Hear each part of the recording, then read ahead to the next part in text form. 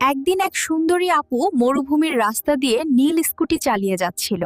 তার স্কুটির সামনে ঝুড়ি ভর্তি অনেক আম। হঠাৎ করে আপুর ঝুড়ি থেকে একটা টসটসে আম গড়িয়ে রাস্তার বালির উপর পড়ে গেল।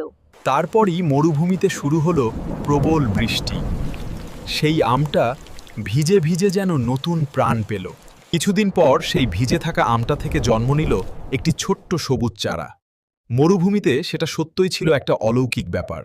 কিন্তু রোদের তাপে ছোট্ট চারাটা শুকিয়ে যেতে লাগলো, যেন একটু জল পেলে বাঁচবে।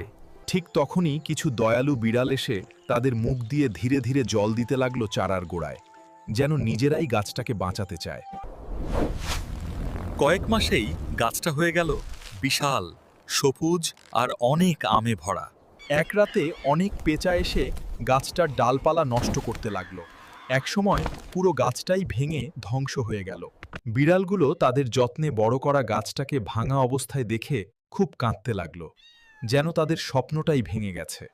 বিড়ালগুলো গাছটার পাশে বসে কাঁদতেই থাকলো। পাশে থাকা বড় সাইনবোর্ডে লেখা লাইক অ্যান্ড সাবস্ক্রাইব, কিন্তু তারপরও কেউ লাইক আর সাবস্ক্রাইব করলো না।